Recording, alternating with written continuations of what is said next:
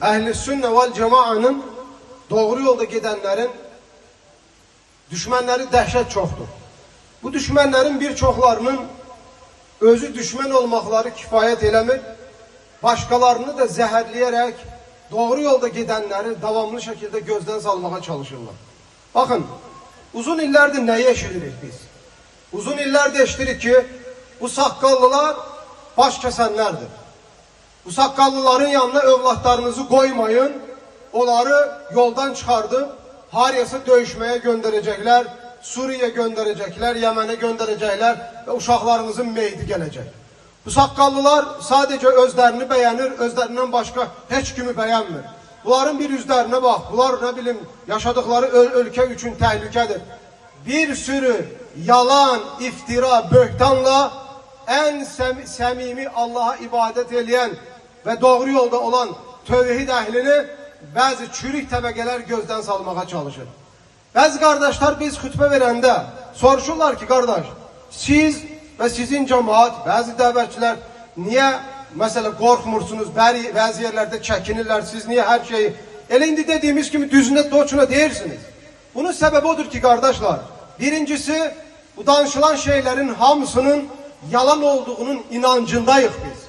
Biz düz özümüzü gördükten sonra, deyilen şeylerin yalan olduğunu bildikten sonra biz ne o deyəni adama saymırıq, ne de o sözü biz ümumiyyətlə qiymət vermirik. Ona göre biz bu şeylerle uğraşmırıq. Bakın, biz niye korkmuruq? Biz niye səmimiyik? Niye hatta Hristiyan ülkesinde yaşamamıza rağmen xütbələrimizdə ve derslerimizde her şey olduğu gibi açık şekilde danışırıq? Biz Allah Azze ve Celle'nin dininde kardeşler oyun oynamırıq. Biz Allah Azze ve Celle'nin diniyle pul kazanmırıq. Biz Allah Azze ve Celle'nin dinini tebliğ eləməklə her hansı bir dünyavi menfaatimizi güdmürük.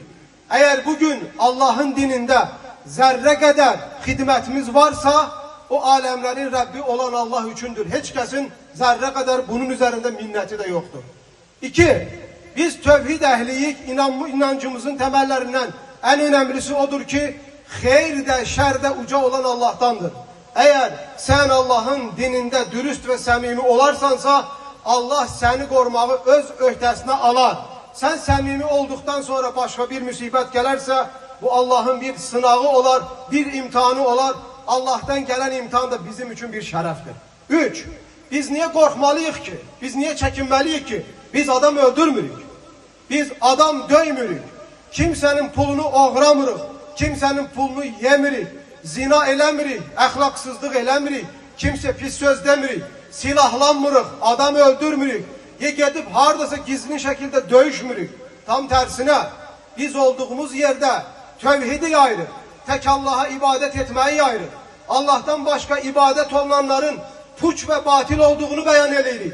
Qəbirlər, pirlər, bütlər, hamısı Allah'a ortak koşmak için tikilen hurafi binaların olduğunu bildiririk. Ve aynı zamanda biz cəmiyyətdə mərifətləndirməyin tərəfindəyik. Əmin amanlığın, sülhün, etibarın tərəfindəyik.